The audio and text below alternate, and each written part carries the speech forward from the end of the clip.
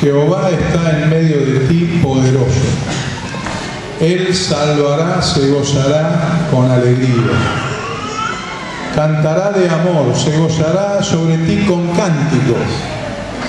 Y cuando dice se gozará sobre ti con cántico, alguna vez yo escuché hace muchos años que este es el único versículo en toda la Biblia en donde dice que Dios canta, porque dice se gozará sobre ti con cántico. Así que el gozo de Dios sobre cada uno de nosotros es con una canción que Dios canta.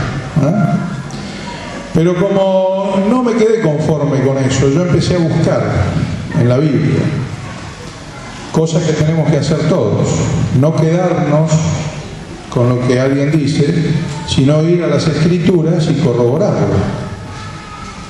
Así que me leí todo el Nuevo Testamento y todo el Antiguo, buscando a ver si había algún versículo más que decía que Dios cantaba, y sí, encontré 2 o 3 versículos más.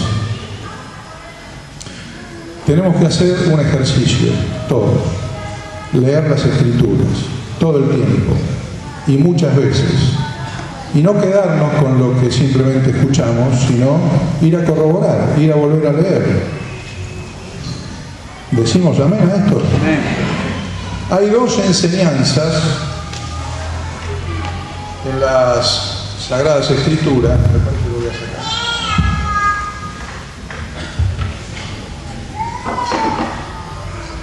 Hay 2 enseñanzas en los Evangelios. Gracias. 2 enseñanzas de Jesús en los Evangelios, que son las 2 enseñanzas más extensas que encontramos en cantidad de versículos.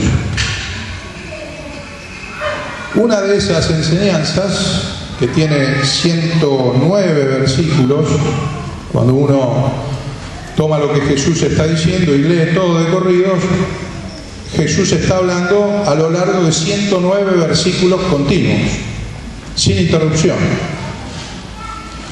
Esa que es la enseñanza más grande, más larga, es el Sermón del Monte, de lo cual muchas veces nosotros hemos escuchado acerca del Sermón del Monte. Pero hay otra segunda enseñanza en los Evangelios, en el Evangelio de Mateo específicamente. El Sermón del Monte está en el Evangelio de Mateo, y hay otra enseñanza de Jesús que sería la segunda enseñanza más larga, más grande que Jesús tiene en el Evangelio de Mateo, que tiene 95 versículos, de la cual se habla muy poco. Y se habla muy poco porque se entiende muy poco. Y esta segunda enseñanza es consecuencia de una pregunta que los discípulos le hicieron a Jesús. Y Jesús normalmente respondía a las preguntas muy poco, a veces con parábolas, a veces no las respondía, a veces repreguntaba, como hacía con los fariseos. Pero esta pregunta, concretamente, que es la segunda enseñanza más larga que encontramos en el Evangelio de Mateo, esa pregunta la respondió. Y la respondió ampliamente, muy ampliamente. Y hoy vamos a hablar un poco, no mucho, pero un poco de la respuesta de Jesús a esa pregunta. ¿Trajeron Biblia? Mateo capítulo 24. Estaban los discípulos, hay que ponerse en contexto. Estaban los discípulos en el templo. Jesús enseñaba en el templo donde estaban los discípulos con él y los fariseos, y cuando terminaba de enseñar en el templo y de estar allí, se iba al Monte de los Olivos. Ese día, un día determinado, salen los discípulos del templo, era habitual que estuvieran allí, y le dicen a Jesús: mirá, Jesús, qué lindo, todas estas flores, estos adornos que están en el templo. Jesús los mira y les dice: ¿ven todo esto? No va a quedar piedra sobre piedra, sino que todo va a ser destruido. Y cuando termina esa frase, Jesús, 4 discípulos, Pedro, Juan, Andrés y Jacobo, acompañan a Jesús al Monte de los Olivos y allí se quedan. Jesús y 4 discípulos. Y estos discípulos, se ve que en el camino siguieron hablando un poco, le hacen una pregunta a Jesús. Y Jesús responde. Y la pregunta la encontramos en Mateo 24:3. Y estando Jesús sentado en el Monte de los Olivos, los discípulos, Pedro, acá no lo dice, pero lo encuentran en Marcos, porque esto mismo que estamos leyendo, Mateo 24, está también desarrollado brevemente en Marcos capítulo 13 y en Lucas capítulo 21. Pero la enseñanza mayor se da en Mateo capítulo 24 y 25, 95 versículos. Y estando Jesús sentado en el Monte de los Olivos, los discípulos se le acercaron aparte diciendo: dinos, y acá viene la pregunta, ¿cuándo serán estas cosas y qué señal habrá de tu venida y del fin de la era? Ahí en la Biblia, 1960, Reina Valera dice del fin del siglo, pero un siglo son 100 años. Y la traducción correcta es el fin de la era. Esta que vivimos nosotros es la era del Espíritu Santo. Es el tiempo, la dispensación de la iglesia. Entonces los discípulos preguntan: ¿cuándo va a ser el fin de esta dispensación? Porque Jesús alguna mención les había hecho respecto de la destrucción del templo, ya les había anticipado algo, ahora vamos a leer algo más, y de su segunda venida. Así que, ¿cuándo serán estas cosas? Muy bien. La primera parte de la pregunta está respondida en Mateo capítulo 24, del 15 al 17, y lo vamos a leer.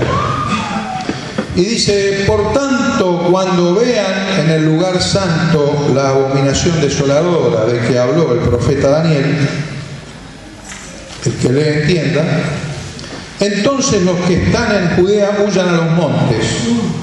El que está en la azotea no descienda para tomar algo de su casa. Muy bien.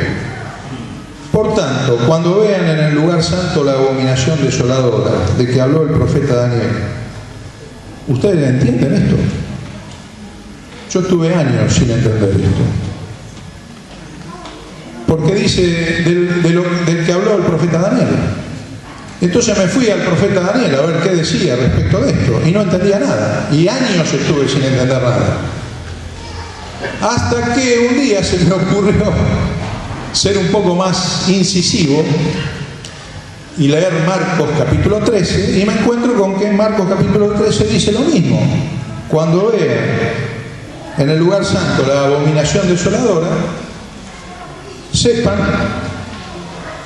entonces, el que le entienda, entonces los que están en Judea huyan a los montes, etcétera, etcétera. Y al final me fui, después de leer y leer, a Lucas, capítulo 21. Gracias a Dios por el Evangelio de Lucas, porque Lucas aclara muchísimas cosas. Quédense ahí en Mateo 24. El sermón de hoy se llama Los postreros tiempos y nuestras responsabilidades.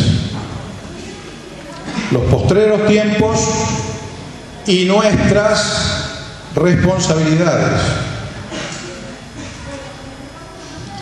Quédense en Mateo. Y Lucas 21, 20 y 21 dice: pero cuando vean a Jerusalén rodeada de ejércitos, sepan entonces que su destrucción ha llegado. Entonces los que están en Judea huyan a los montes. ¿Se dan cuenta? Después de esto dice exactamente lo mismo que Mateo y Marcos cuando termina de hablar de la abominación desoladora, de la cual nosotros no entendemos nada, y yo no entendí durante muchos años. Pero cuando fui a Lucas y leí: pero cuando vean a Jerusalén rodeada de ejércitos, sepan entonces que su destrucción ha llegado. Estas son palabras de Jesús. Entonces los que estén en Judea huyan a los montes.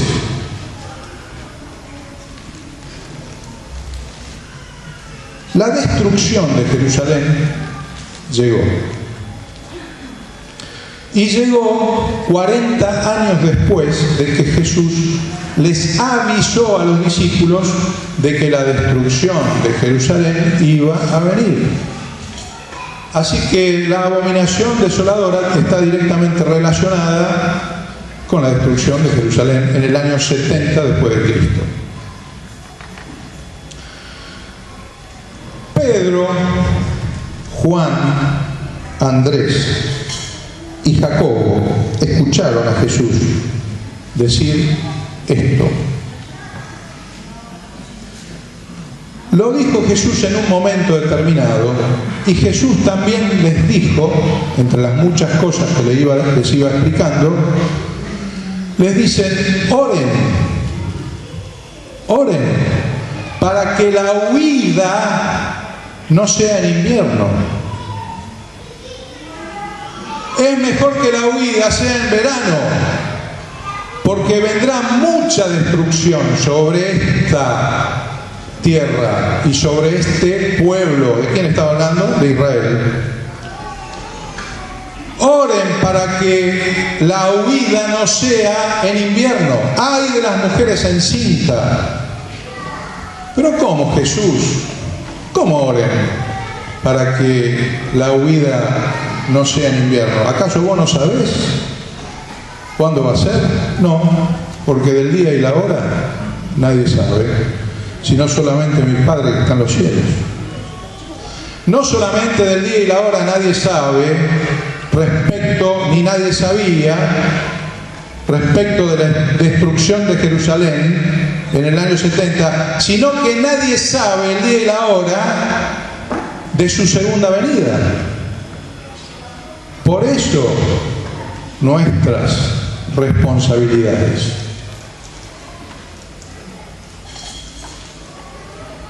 ...40 años después, esto mismo que Jesús advirtió, una advertencia que hay que tener en cuenta. Vasito de agua.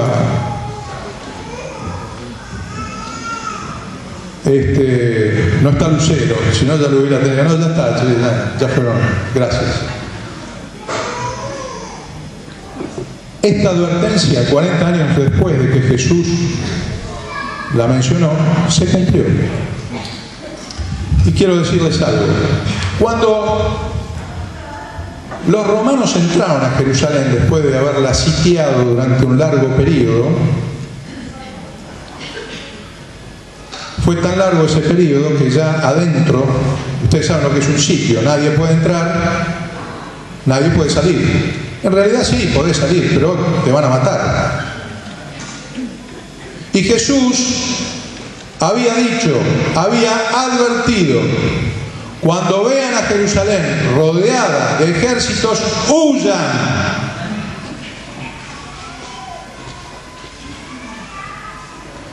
Y 4 discípulos escucharon esa advertencia.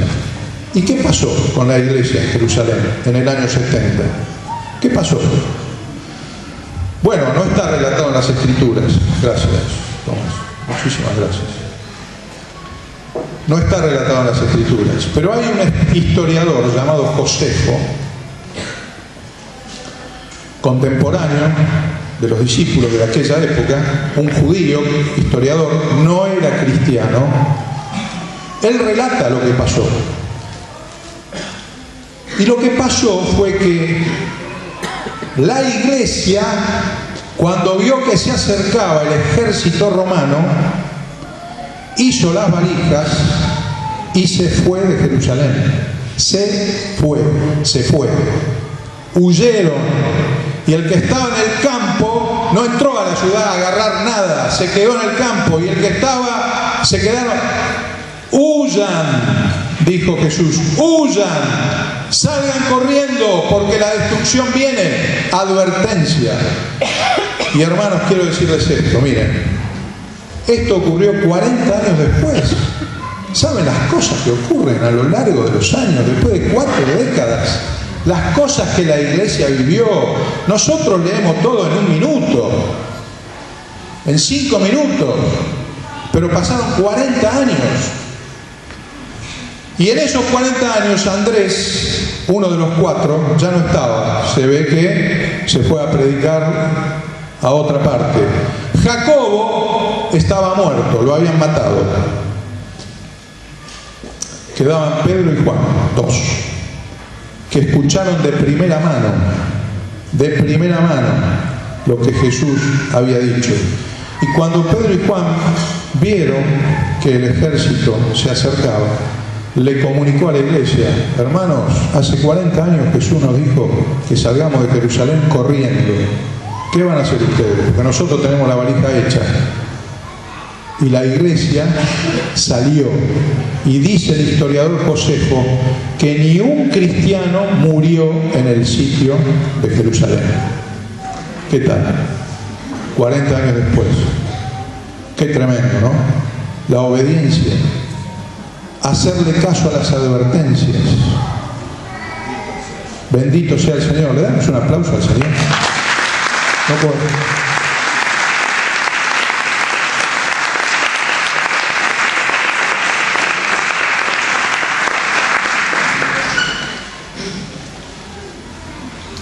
La iglesia primitiva tenía oídos para oír. Nosotros tenemos que también tener oídos para oír. Jesús les había advertido y nuestros hermanos de la iglesia primitiva hicieron lo que Jesús les ordenó que hicieran. ¿Cuál fue la orden? ¡Huyan! Y se fueron.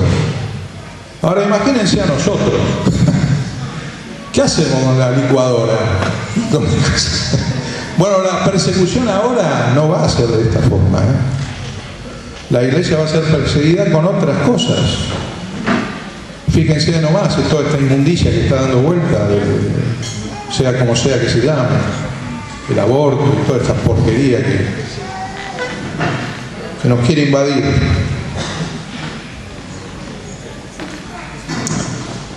Seguimos. Mateo 24, 27 y 28. Porque como el relámpago que sale del oriente y se muestra hasta el occidente, así será también la venida del Hijo del Hombre. Me olvidé decir algo de un pequeño detalle que se me está ocurriendo esta mañana o ayer a última hora. Porque Jesús le dijo a la iglesia, ¿no? Oren para que la huida no sea en invierno. No pude averiguar y no lo busqué porque no me daba el tiempo, porque se me ocurrió ayer, si realmente la huida fue en invierno. Porque si la huida, si yo encontrara el dato, que no lo encontré y no lo busqué demasiado, si yo encontrara el dato de que en aquel momento la iglesia se fue en verano y no en invierno, y la invasión fue en el verano, ¿saben qué significa eso? Que la iglesia oró. La iglesia oró. Porque Jesús les dijo, oren para que la huida no sea en invierno. ¿Entienden? ¿Se dan cuenta?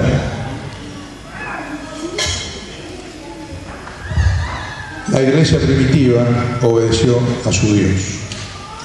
Ahora sí, Mateo 24, 27 y 28. Porque como el relámpago que sale del oriente y se muestra hasta el occidente, así será también la venida del Hijo del Hombre. Primera mención en todas las Sagradas Escrituras que hace el propio Jesús sobre su segunda venida aquí en Marcos capítulo 24, versículo 27, primera mención. También lo dice en Marcos 13, 16 y en Lucas 21, 27. Es la primera vez que menciona a Jesús que va a venir por segunda vez. ¿De qué está hablando Jesús? De su segunda venida. Nunca antes los discípulos habían escuchado que Jesús vendría por segunda vez. Ahora lo están escuchando. Ahí se están enterando de que Jesús va a volver.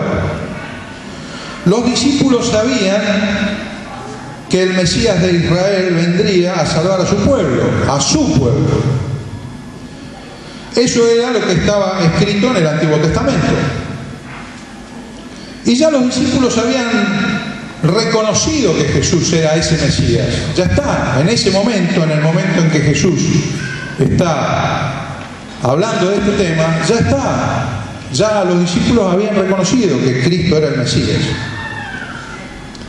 Lo que no sabían los discípulos, lo que no sabían, era que, uno, ese Mesías iba a ser crucificado en un madero como si fuera un ladrón. Eso los discípulos no lo sabían. Jesús, un hombre justo, que murió por los pecados de toda la humanidad, por los tuyos, los que están todos acá hoy, sean bautizados o no bautizados, Jesús murió por toda la humanidad, por todos nosotros. Derramó su sangre bendita por todos nuestros pecados. Los discípulos no sabían eso, que ese cordero iba a ser inmolado y que la sangre de ese cordero, Jesús de Nazaret, iba a permitir que toda la humanidad, a partir de ese momento de su muerte y de su resurrección, ya no necesitaría más sacrificios en ningún templo y de ningún otro animal sacrificado. Los discípulos eso no lo sabían. Tampoco sabían los discípulos que este Jesús, después de muerto, iba a ir al Hades, no al infierno. Al Hades. El Hades no es el jugo ese que se vende en el almacén, ¿eh? Este Hades es H-A-D-E-S, Hades. ¿Qué quiere decir Hades? Reino de la muerte. Jesús iba a ir a parar al reino de la muerte, siendo inocente de culpa. No sabían los discípulos que esto iba a ocurrir. Nosotros ahora sí lo sabemos, porque lo leemos en las Sagradas Escrituras. Tampoco sabía, y hay que hacer una diferenciación entre el Hades y el infierno. Tampoco sabía que estando Jesús en el Hades, en el reino de la muerte, le iba a ser entregada las llaves de la muerte y del Hades, como dice Apocalipsis 1:18. ¿Y por qué le iban a ser entregadas las llaves del reino de la muerte a Jesús? Porque era inocente. No podía estar en ese lugar un inocente.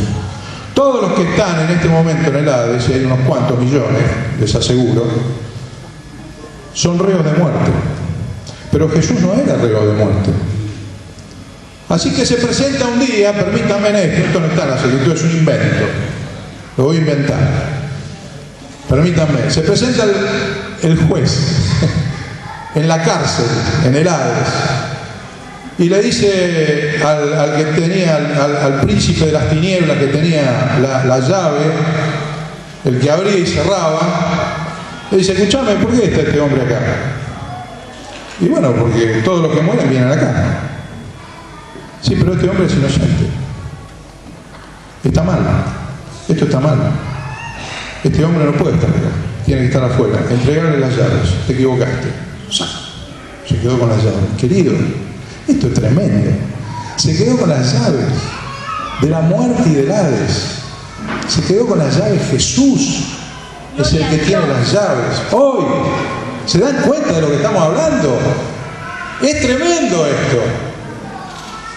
Cuando nosotros vemos en las Escrituras que se habla de sepulcro, de Seol, de muerte, del Hades, esto tiene que ver con la muerte. Con la muerte. Y cuando encontramos infierno o lago de fuego que arde con azufre, esto tiene que ver con algo mucho peor que la muerte, muchísimo peor: condenación. Porque ahora están en el Hades, pero algún día van a salir y cada uno de los que está ahí tiene un libro. Y Dios va a abrir el libro de la vida, y el que no se halló inscrito en ese libro de la vida, ¡ping! Tremendo. La pregunta que ustedes me deberían hacer es: ¿nosotros vamos a ir al Hades? Quédense tranquilos. No. Ningún discípulo de Cristo va a ir al Hades. Ninguno. ¿Cómo dicen? Ninguno. ¿Y a dónde van a ir? Esperen un poco. Hacer una diferenciación entre el Hades y el infierno es muy importante. Cuando Jesús le pregunta a los discípulos en Mateo 16, está Jesús con los discípulos y dice: ¿Ustedes qué dicen de mí? ¿Quién soy yo? Y Pedro responde: tú eres el Cristo, el Hijo del Dios viviente. ¿Se acuerdan de eso? Y Jesús le dijo a Pedro, le dijo varias cosas, pero al final le termina diciendo: sobre esta roca edificaré mi iglesia y las puertas del Hades no prevalecerán contra ella. No son las puertas del infierno, son las puertas de la muerte, del reino de la muerte. ¿Por qué? Porque yo voy a tener la llave de la muerte. Y el reino de la muerte no va a prevalecer contra la iglesia. La iglesia es el lugar de los vivos, no de los muertos. La iglesia es el lugar de los que heredan la vida eterna, no de los que van a morir. ¡Aleluya!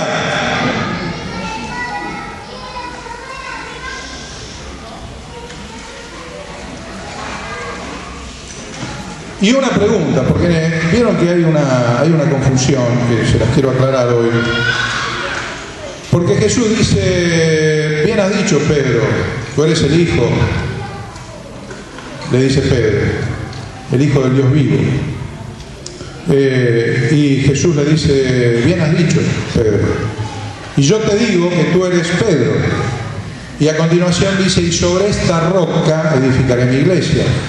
Queridos, por favor, nadie se confunda, no es Pedro la roca, no es María la roca sobre la cual se edifica la iglesia. Es la verdad que Pedro acaba de mencionar. ¿Cuál es la verdad? Tú eres el Cristo, el Hijo del Dios viviente. Y Jesús dice: sobre esta verdad, sobre esta declaración que no te declaró ni carne ni sangre, sino mi Padre que está en los cielos, sobre esa verdad yo voy a edificar mi iglesia. ¡Aleluya! Otro aplauso para Dios.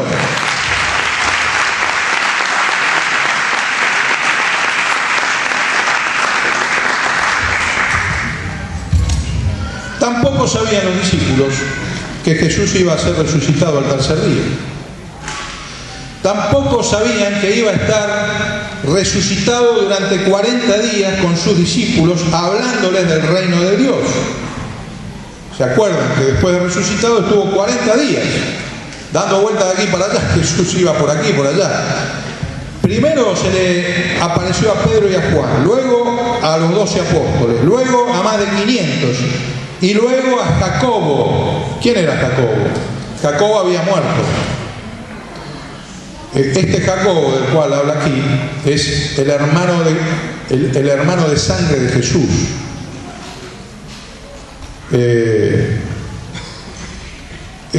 Después del nacimiento de Jesús, María y José tuvieron otros hijos, una pila de hijos y hijas. Y este Jacobo, Santiago, el que está en las Escrituras, como la epístola de Santiago, era el hermano de sangre, era el hermano mayor de toda la familia de María y José. Y también Jacobo, junto con Pedro y con Juan, eran en ese momento, iban a ser columnas de la iglesia, como dice la Escritura.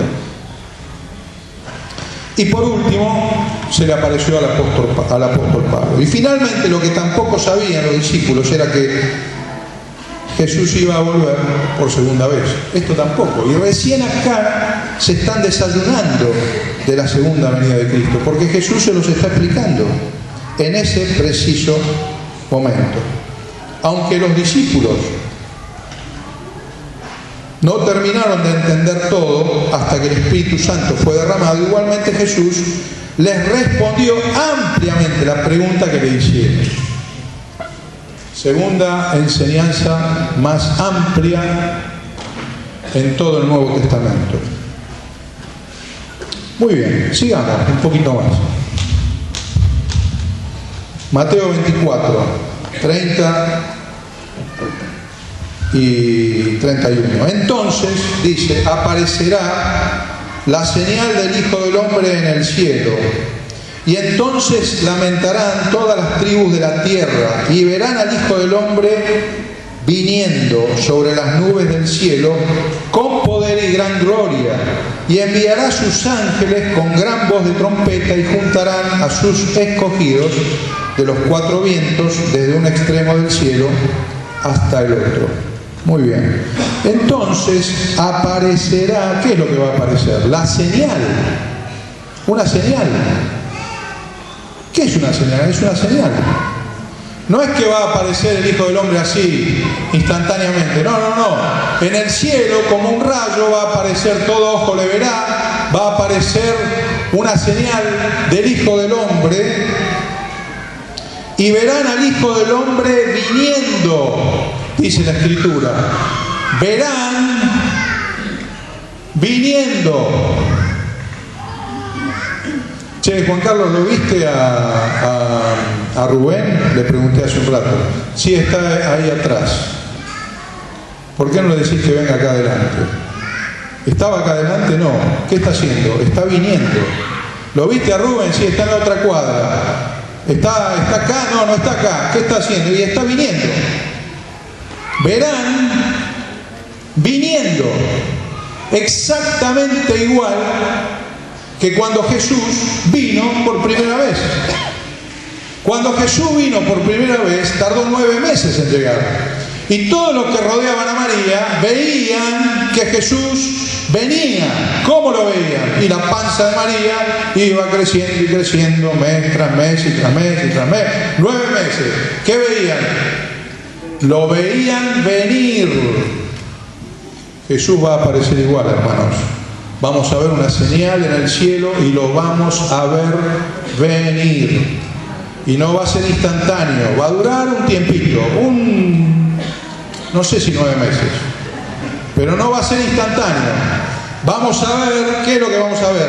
Aparecerá, dice, la señal.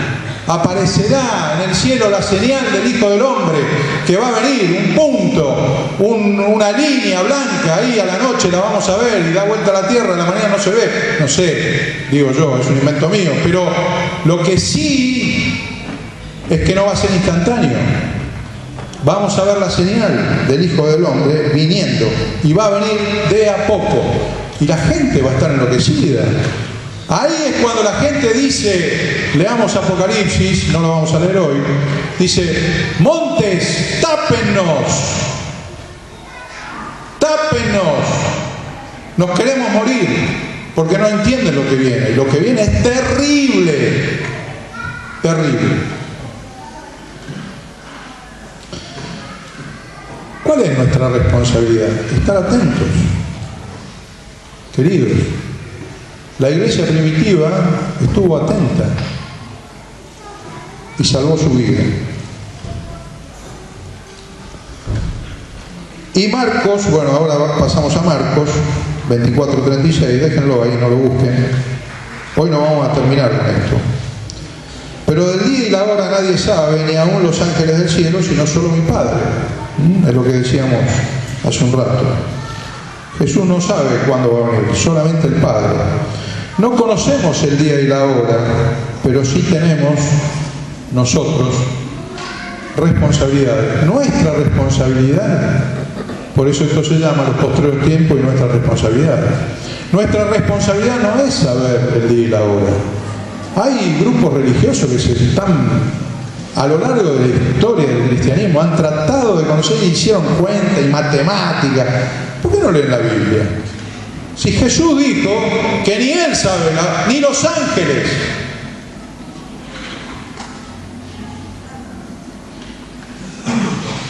¿Y cuál es nuestra responsabilidad? Exactamente la misma responsabilidad que tuvo la iglesia en el año 70.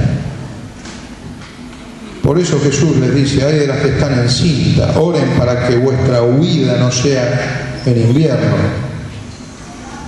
¿Y por qué había que orar? Y bueno, ya les dije, les repito, lo tengo escrito por eso. No conocía ni el día ni la hora. Seguimos un poquito más con las responsabilidades ahora, porque Jesús habla de las responsabilidades en este Mateo 24. Y dice el versículo 42 al 45, dice: velad. ¿Ah? Ahí tenemos, velad. Porque no saben a qué hora ha de venir vuestro Señor. Pero sepan esto, que si el padre de familia supiese a qué hora el ladrón habría de venir, velaría y no dejaría minar. ¿Qué es minar? Es permitir al ladrón entrar forzando la puerta. No le permitiría, el padre de familia estaría velando y no le permitiría minar su casa. Por tanto, también vosotros estad preparados, nuestra responsabilidad. Porque el Hijo del Hombre vendrá a la hora que no pensáis. ¿Y quién es, pues, el siervo fiel y prudente, al cual puso su Señor sobre su casa para que les dé el alimento a tiempo? Estén preparados, velen, porque no conocemos el día y la hora. Hace unos 8 años atrás, varios de nosotros, de los que estamos acá, visitábamos habitualmente un pueblo del interior de la provincia de Buenos Aires que está a unos 500 kilómetros. Allí, en la localidad, una localidad que se llama Huanguelén, había un matrimonio. Él se llamaba Rubén, ella Olga. Los dos eran discípulos, pero Rubén, el padre de familia, tenían un par de hijos, empezó a aflojar en la fe. Y nosotros, Marta y yo, nos enteramos. Nos hicieron llegar la noticia: mirá, así, pasa con Rubén esto, no quiere orar, no está buscando al Señor. La esposa Olga estaba muy preocupada. Y bueno, entonces Marta y yo viajamos a Huanguelén y a otras zonas de ahí, a otros pueblos de ahí de la zona. Así que llegamos un día a la casa de Rubén y de Olga. Ellos nos estaban esperando, ya habíamos avisado que íbamos, los hermanos, había varios hermanos allí, también estaban esperando que llegáramos. Y nos pusimos a conversar. Quiero decirles que la vida en el interior de la provincia o en el interior del país es muy distinta a la vida que nosotros. Nosotros vivimos acá enloquecidos. En el interior, antes de empezar a hablar, te tomás una pava de mate mínimo. Así que ahí estábamos, nosotros tomando mate, ¿qué tal? Bueno, después de una hora llegó el momento de empezar a hablar del tema concreto para el cual habíamos ido. Y el tema era que Olga estaba preocupada por su marido, porque su marido estaba viendo que su marido estaba flojo en la fe. Entonces, en un momento, después de 2 horas de estar ahí, le digo: Rubén, bueno, te tengo que hacer una pregunta y necesito que me respondas. Estamos acá, hay 3 testigos, está tu esposa, está mi esposa, estoy yo y está el Señor. 3 testigos humanos y uno que es el Señor del cielo y de la tierra. Jesús está acá. ¿Vas a orar todos los días? ¿Te vas a poner, te comprometes a orar todos los días? Este Rubén era un roperito, camionero, así que al tipo lo confronté y el tipo me miraba: ¿lo vas a hacer o no lo vas a hacer? Sí, lo voy a hacer. Ah, muy bien. Dios te escuchó, ¿eh? Sí, yo sé que Dios me escuchó. Y la segunda pregunta que te voy a hacer: ¿vas a orar con tu esposa? ¿Vos vas a llamar a tu esposa para que ore o ella te va a tener que forzar a vos para que ores?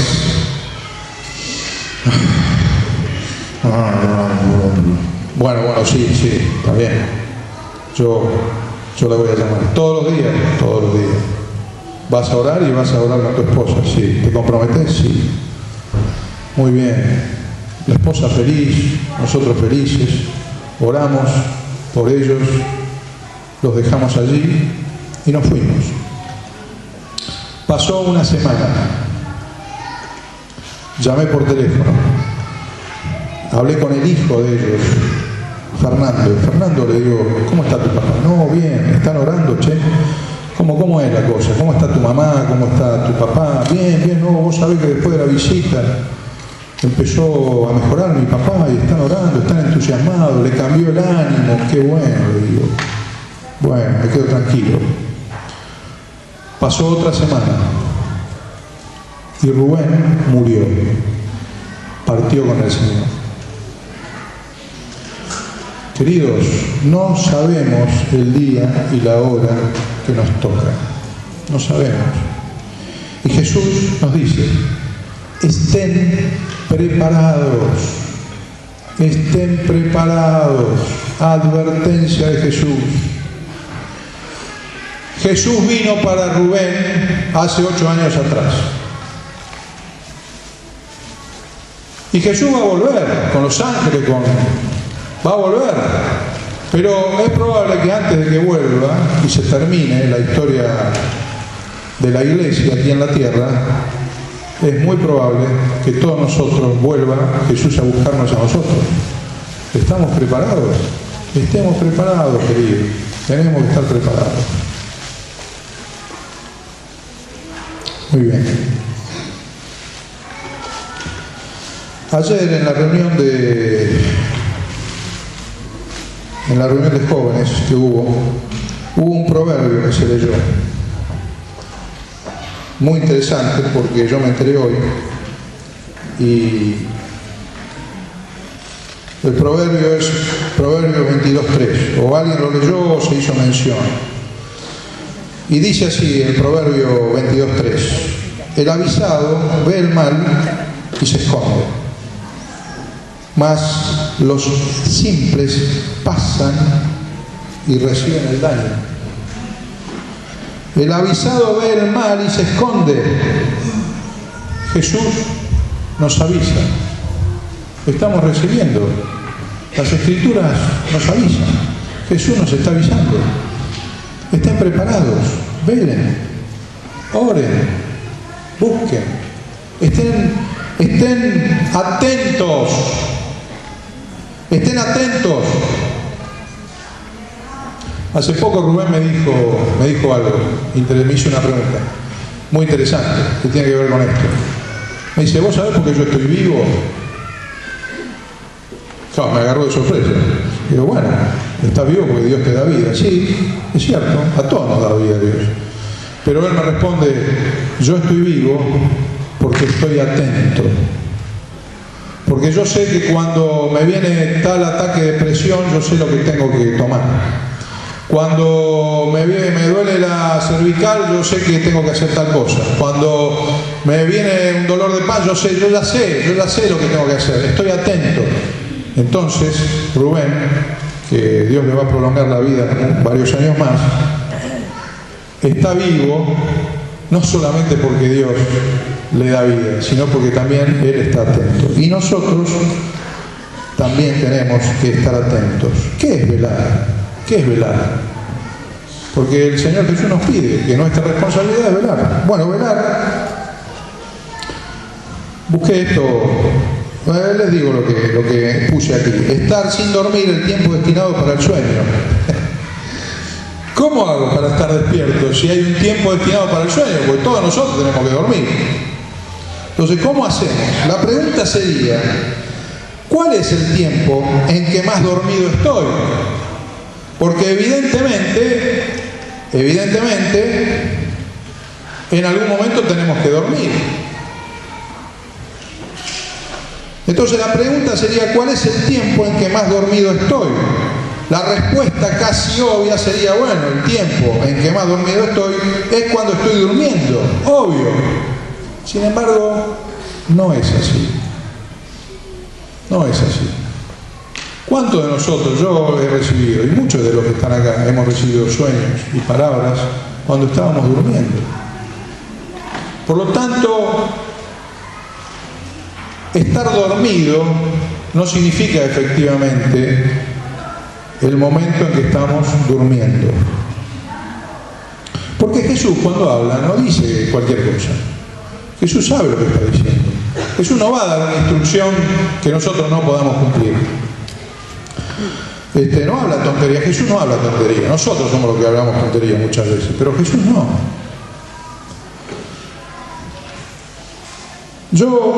Permítame esto, así como Pablo dijo, esto lo digo yo, no el Señor, yo les voy a dar una respuesta que es la que yo digo. Esto no me lo dijo el Señor. Permítanme. Yo puse así. La pregunta es, ¿cuál es el tiempo en que más dormido estoy? Ustedes pueden coincidir o no, y si tienen alguna mejor respuesta, me la dicen. Y yo puse así, durante el día, aunque estemos despiertos, tenemos muchas veces, no siempre, el espíritu adormecido durante mucho tiempo. Cuando trabajamos, cuando estudiamos, cuando vamos al almacén a comprar, cuando estamos en ciertas actividades, es cuando más adormecido tenemos nuestro espíritu, porque estamos ocupados en el almacén, en la papa que hay que comprar, en la verdura, en cuánto tendré plata para... Estamos como adormecidos. Estamos como ausentes. ¿Por qué? Estamos ausentes del Señor, estamos desatentos. Y entonces, ¿qué tenemos que hacer? Prestar más atención, porque en cualquier lugar, se puede presentar una oportunidad para hablar del Señor, para predicar el Evangelio. Y eso requiere de que tengamos el espíritu despierto, de que estemos velando y atentos. Miren, un día, esto no tiene nada que ver, pero yo se los cuento porque me acabo de acordar. Un día entré en uno de los supermercados, estábamos viviendo en Azul. Vivimos varios años con mi familia en el interior de la provincia. Entré al supermercado, salía un hombre. Yo entré así, había una puerta. El hombre sale, está ahí a unos metros. Yo lo miro a los ojos y este hombre mira así, empieza a gritar a los gritos. ¡Bum! Al piso. Un demonio. Así que me acerqué, empecé a hablar. Y espumarrajo por la boca, una cosa. En cualquier momento se nos puede presentar. ¿Y qué vamos a hacer? Y tenemos que estar velando y mirando y estar atentos. Cualquier oportunidad. Qué bueno esto que los jóvenes hacen. Che, ¿te duele algo? Sí, me duele el dedo gordo del pie. Dolor de dedo gordo, te vas. Uy, no me duele más. Y de paso aprovechar para predicar el Evangelio, ¿no? Porque esto de que la sanidad sin Evangelio, yo entiendo que esa es la parte que tenemos que hacer también. Estar atentos. Lucas 21, 34. A ver cuánto voy, che. 33. Bueno, 10 minutos más. Lucas 21, 34 al 36 dice: mirad también por vosotros mismos. Es la misma enseñanza, está enseñando Jesús sobre su segunda venida. Mirad también por vosotros mismos. ¿Qué es eso? Una advertencia. Estén atentos, dice. Estén alertas, atentos, para no ser sorprendidos. Esa es nuestra responsabilidad. Estén atentos. Que vuestro corazón no se cargue de glotonería y embriaguez y de los afanes de esta vida, y venga de repente sobre vosotros aquel día cuando yo vuelva. Aquel día. No sean glotones, no se embriaguen con las cosas con los afanes de la vida. No sea que venga aquel día y los enganche, porque el día de la hora nadie sabe. Porque como un lazo vendrá sobre todos los que habitan sobre la faz de toda la tierra. Versículo 36.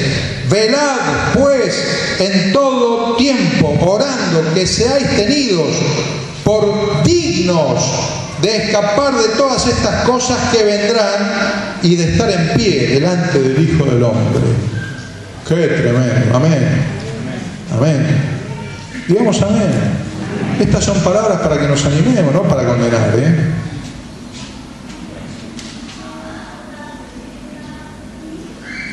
Cuando en este versículo leemos glotonería y embriaguez, tenemos que entender correctamente lo que estamos diciendo, porque no se trata de que alguno de nosotros va a estar borracho o va a comer mucho caramelo. ¿Vieron los glotones?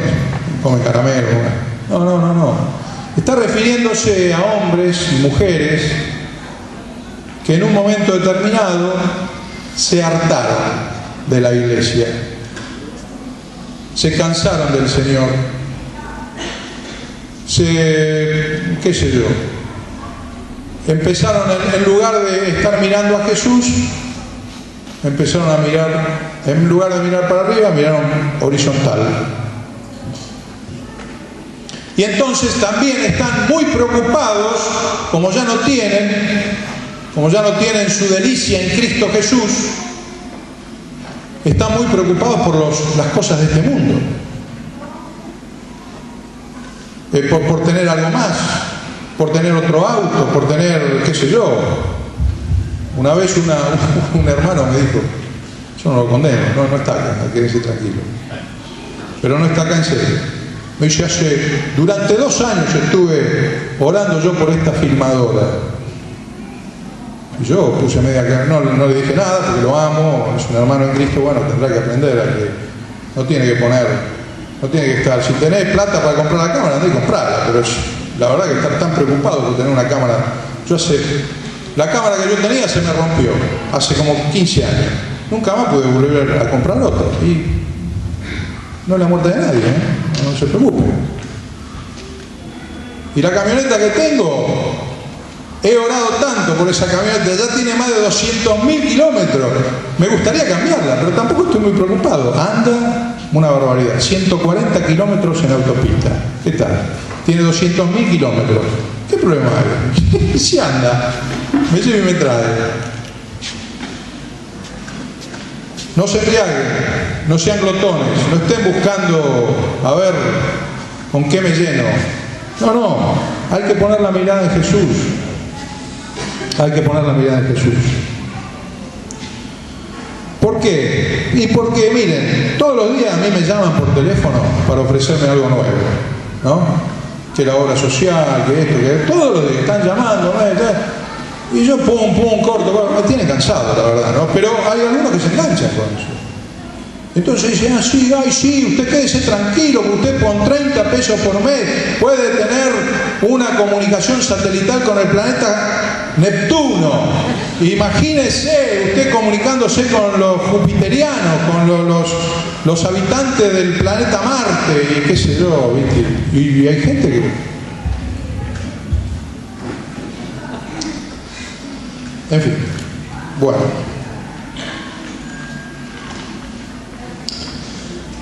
Y esto sí es lo último que les digo. ¿Se están aburriendo? No. Bueno. Esto sí es lo último, el último versículo que leo. O los últimos 2 versículos que leo, para terminar con esta parte. Otro día la seguimos. Tengo más para decir, ¿sí? Pero otro día la seguimos. Todas las enseñanzas de Jesús están contenidas en los evangelios. Todo lo que Jesús enseñó está en los evangelios: Mateo, Marcos, Lucas y Juan. Pero hay 2 o 3 enseñanzas que no están en los evangelios, que están algunas en las epístolas y otras en el libro de los Hechos. Por ejemplo, vamos a decir una de las enseñanzas de Jesús que no está registrada en los evangelios, que está en el libro de los Hechos. El contexto es este. Está el apóstol Pablo en Mileto, en Éfeso, manda llamar a los ancianos de la iglesia, y entonces ahí el apóstol Pablo da el discurso final y les dice: bueno, ustedes saben cómo yo me he comportado entre ustedes, nada de lo que ha sido útil he dejado de enseñarles, bla bla bla bla bla bla bla bla. Y en Hechos 20:25 dice: en todo os he enseñado que trabajando así se debe ayudar a los necesitados y recordar las palabras del Señor Jesús, que dijo: más bienaventurado es dar que recibir. ¿Quién dijo más bienaventurado es dar que recibir? Jesús. ¿Está en los evangelios? No. ¿Quién lo recuerda? Pablo. ¿En dónde? En Hechos capítulo 20:25. Más bienaventurado es dar que recibir. Es una enseñanza de Jesús. Yo siempre entendí mal este versículo, porque la Escritura dice: más bienaventurado es dar que recibir, y yo entendí durante muchos años que el que daba era bienaventurado y el que recibía era un miserable. Y no es eso lo que dice la Escritura, no es esa la enseñanza de Jesús. Lo que dice es más bienaventurado el que da que el que recibe. El que recibe es bienaventurado. ¿Vos recibiste alguna vez? Yo recibí. Pasamos hambre con mi esposa, muchas veces. Y venían los hermanos con canastas llenas de comida. Y como yo entendía mal, me creía un miserable. Pero cuando los hermanos se iban, yo sentía un gozo inexplicable, no lo podía explicar. Había un gozo, una alegría, y no lo podía explicar. ¿Sabe por qué no lo podía explicar? Porque había entendido mal. Miren, simplemente por eso. Porque el Señor me estaba bendiciendo y yo era bienaventurado, pero el que había traído era más bienaventurado que yo. Miren qué simple. Amén. La otra enseñanza que no está en los evangelios tiene que ver con la segunda venida de Cristo. Y dice así en 1 Tesalonicenses 4, del 13 al 18. Tampoco queremos, hermanos, este es Pablo el que escribe, ¿no? Tampoco queremos, hermanos, que ignoréis acerca de los que duermen. ¿Quiénes son los que duermen? Los que duermen son todos los que murieron en Cristo, no los que están en el Hades. Esos no, esos están muertos. Y si alguno al final de la historia se salva, van a ser contados. No queremos que ignoréis acerca de los que duermen, para que no os se entristezcan como los otros que no tienen esperanza. ¿A quién le está hablando Pablo? A la iglesia de Tesalónica, a los discípulos de Cristo, a todos nosotros. Porque si creemos que Jesús murió y resucitó, así también traerá Dios con Jesús a los que durmieron en Él. Aleluya, los que duermen en Cristo van a venir con Él. Cuando aparezca la señal del Hijo del Hombre viniendo en su gloria, los que durmieron en Cristo van a resucitar y va a venir todo ese séquito santo. Jesús, los ángeles, todos los que durmieron en Él. Por lo cual les decimos esto, y acá viene la cosa. Por lo cual les decimos esto en palabra del Señor. Versículo 15. es exactamente lo mismo que decir. Por eso les decimos, de acuerdo con lo que el Señor Jesús nos enseñó. ¿Quién enseñó esto que va a venir ahora a continuación y que yo se los voy a leer? ¿Quién lo enseñó? El Señor Jesús. Y no está registrado en los evangelios. Esto que viene ahora es palabra de Jesús. Algo que Jesús le enseñó a sus discípulos y que los discípulos no lo registraron en los evangelios. Y acá viene, que nosotros, que vivimos, que habremos quedado hasta la venida del Señor, no precederemos a los que durmieron. A los que durmieron.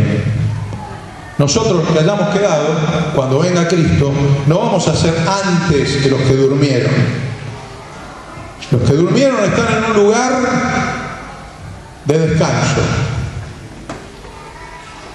¿Cuál es la actividad? Ninguna. ¿Qué están haciendo? Esperando. ¿Qué están esperando? La segunda venida de Cristo. Y ahí en Apocalipsis hay una imagen que dice, ¿hasta cuándo vamos a estar acá esperando? Hay un reclamo de los que están durmiendo ahí esperando. ¿Hasta cuándo vamos a estar acá? Tranquilo, muchachos, le dice Dios. Tranquilícense. Se tiene que completar el número de sus hermanos. Todavía no están todos. Todavía no entraron todos al reino de Dios. Así que esperen un poquito más. Quédense ahí. El paraíso puede ser, pero están ahí esperando. Zona de descanso, le digo yo. No lo dice eso la Biblia, le puse yo. Apocalipsis 6, 10 y 11, para los que quieran. Después habla de esto.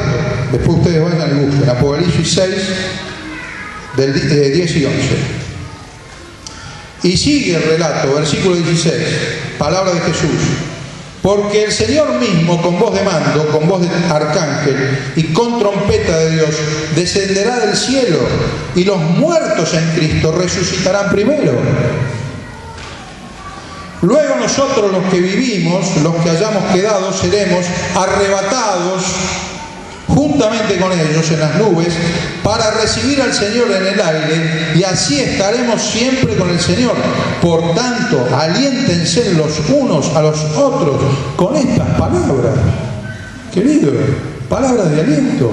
Esto lo tenemos que recibir con gozo y con alegría. Porque Jesús nos manda, no el apóstol Pablo, Jesús nos manda a que nos alentemos unos a otros con estas palabras. ¿Y cuáles son las palabras? Bueno, ¿sabés que cuando venga Cristo vamos a ser arrebatados juntamente con Él? Y vamos a juntarnos con todos los que durmieron a lo largo de la historia en Cristo Jesús. Y nosotros también nos vamos a juntar con ellos y vamos a estar ahí. Y siempre vamos a estar con Jesús. Aleluya. ¿Qué les parece? ¿Podemos decir amén a esto? ¿Podemos dar un aplauso al Señor?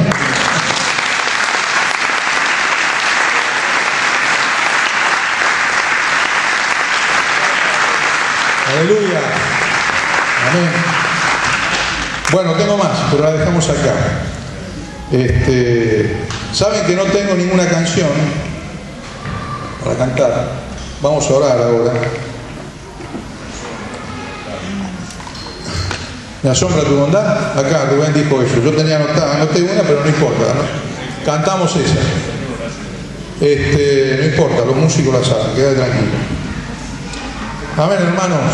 Que el Señor nos dé gracia, sabiduría, y podamos estar velando, porque esa es nuestra responsabilidad.